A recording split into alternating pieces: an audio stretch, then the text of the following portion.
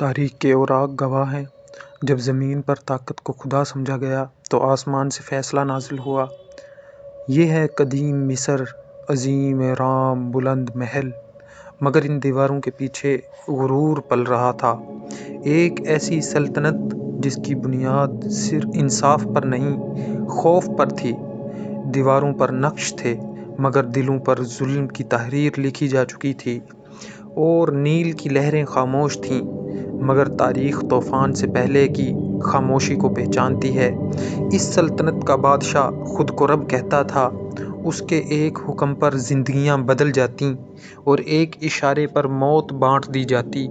بنی اسرائیل غلام بنا دیے گئے، ان کی محنت نچوڑی گئی اور ان کی چیخیں ریت میں دفن ہو گئیں۔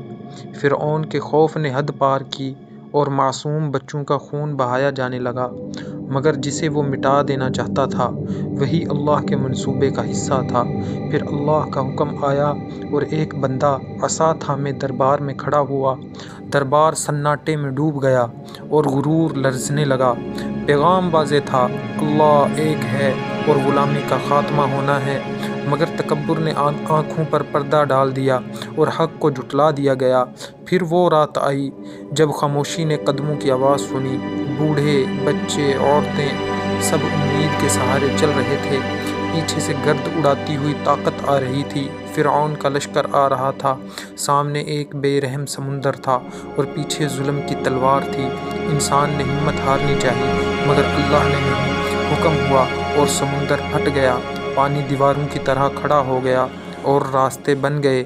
بنی اسرائیل گزر گئے، خوف کے بجائے یقین کے ساتھ۔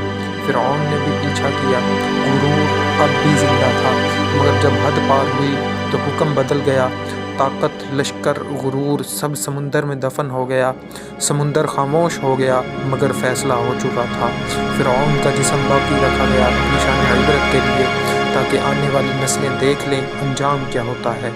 حکمرانی صرف اللہ کی ہے، اور ظلم چاہے کتنا ہی طاقتور ہو آخرکار ڈوب جاتا ہے۔